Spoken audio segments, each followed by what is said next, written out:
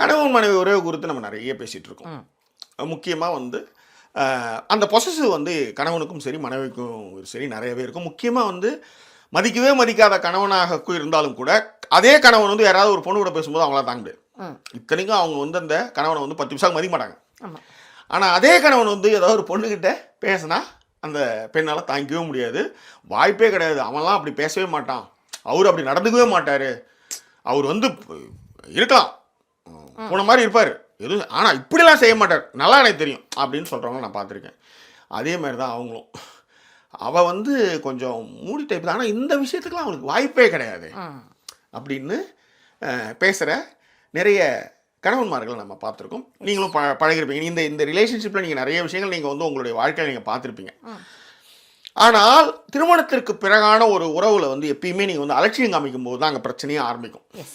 ஓகேவா? அதனால தான் வெயில் கவிதை வந்து நாங்கள் அழகாக சொல்லியிருந்தோம். உங்களுக்கு அதாவது கணவன் மனைவியாக இருந்தாலும் உங்கள் கணவனுக்கோ இல்லை உங்கள் மனைவிக்கோ பிடித்தமானது ஒருவர் உங்கள் எதிரிலேயே இருப்பார் என்று நினைத்து கொள்ளுங்கன்னு வாங்க. அவங்கள வசியப்படுத்தக்கூடிய அளவுக்கு அவங்களை இம்ப்ரெஸ் பண்ணக்கூடிய ஆளு உங்க எதிரில இருப்பாரு. அது எங்க வேணாலும் இருக்கலாம். அது ஏன் அதை நம்ம சொல்றாங்க அப்படின்னா, ஏனென்றால் மனது அப்படிதான். நம்மளை பார்த்துக்கிற, நம்மளை கவர்க்கிற, நம்ம கூட பேசுகிற, நம்ம கூட உரையாடுற, நம்மளை மதிக்கக்கூடிய எல்லார் மேலேயும் இந்த கணவனோ மனைவியோ யாருக்கா இருந்தாலும் அந்த ஃபீல் வரும். இது பேசிக். இந்த ஃபீலிங்கை இங்கே இந்தியாவை மட்டும் இல்லை உலக நாடுகளில் எல்லா இடத்துலையுமே என்ன அந்த ரிலேஷன்ஷிப் என்ன அலட்சியம் காமிப்பாங்க.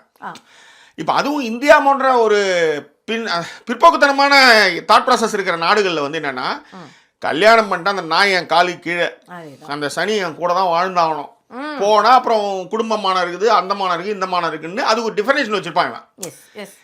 அதனாலே அவங்களும் என்ன பண்ணுவாங்கன்னா குடும்பமானம் போயிடக்கூடாதுன்னு சகிச்சுக்கிட்டு வாழற விஷயங்களும் இங்கே இருக்குது. இருங்க நான் பேசி முடிச்சிடறேன். உங்களுக்கு கண்டிப்பாக புரியுது, உங்கள் ஆர்வம் புரியுது.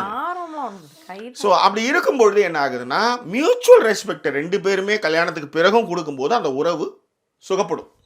ஓகே, அதனால தான் நம்ம அடிக்கடி சொல்லுவோம், அண்ணனை விஷயங்களை அண்ணன் நீங்கள் நைட்டு பேசிட்டீங்கன்னா என்ன நடந்ததுன்னு பேசிட்டீங்கன்னா ஓரளவுக்கு வந்து பிரச்சனைகள் குறையும். ஓகேவா? அதே மாதிரி பேசிக்னு ஒன்று இருக்குது. கணவன் மனைவி 2 பேருக்குமே ஒரு பர்சனல் ஸ்பேஸ் ஒன்று இருக்குது. இது உள்ளார நீங்கள் தொடர்ந்து போய் மூக்க நுழைக்கும் போதோ இல்லை மற்ற விஷயங்களுக்கோ ஒன்று போகும்போது அது இன்னும் வந்து பெரிய பிளவுகளை ஏற்படுத்தும்னு நம்ம பேசியிருக்கோம்.